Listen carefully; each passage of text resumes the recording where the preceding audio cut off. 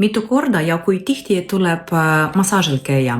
See küsimus ma saan iga kord, kui tuleb uus klient ja peale seanssi ta esitab seda küsimuse. Aga mina vastan tavaliselt, et on olemas 2 viisi. Üks variant on see, et käia massaažil regulaarselt, aga see regulaarsus teed ise sina.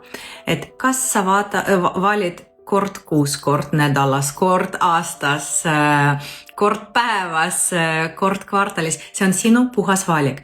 Aga salaasi on siin see, et kui sa enda jaoks otsustad, et sa nüüd käid massaažil, regulaarsus ise valid. Alateadlikult me programmeerime iseennast, et nüüd ma käin massaažil ja see toob mulle rahu, see toob mulle seda, mille järgi sa tulid tegelikult massaažile. Teine variant on võtta endale kuuri. Ja siin on nagu rohkem selline efektiivsus, sest kui sa valid endale kuuri, me paneme mingi eesmärki ja selle eesmärgi alusel me ehitame kõik meie kohtumised, et jõuda selle eesmärgini, mida meie endale panime. Ja see on tihemini kui omal valikul, see massaaž kestab või see kuur kestab lühike periood. Me kohtume regulaarselt tihti ja me jõuame selle eesmärgini, mis sa oled valinud ja mida me kooskõlastasime ennem kui alustasime.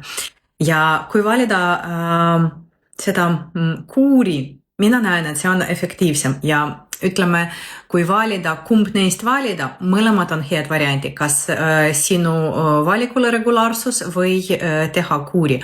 Asi on selles, et kui sinu keha on juba valmis ja kehas kõik hästi toimib, siis see regulaarsus, esimene variant, sobib ka.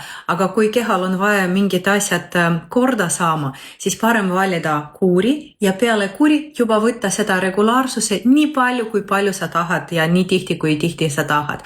Aga mina näen seda, et kõigepealt mõistlik alustada sellest, et teha kuuri ja peale kuuri juba valida endale selline rutiinirütmi omal valikul, kui tihti me kohtume.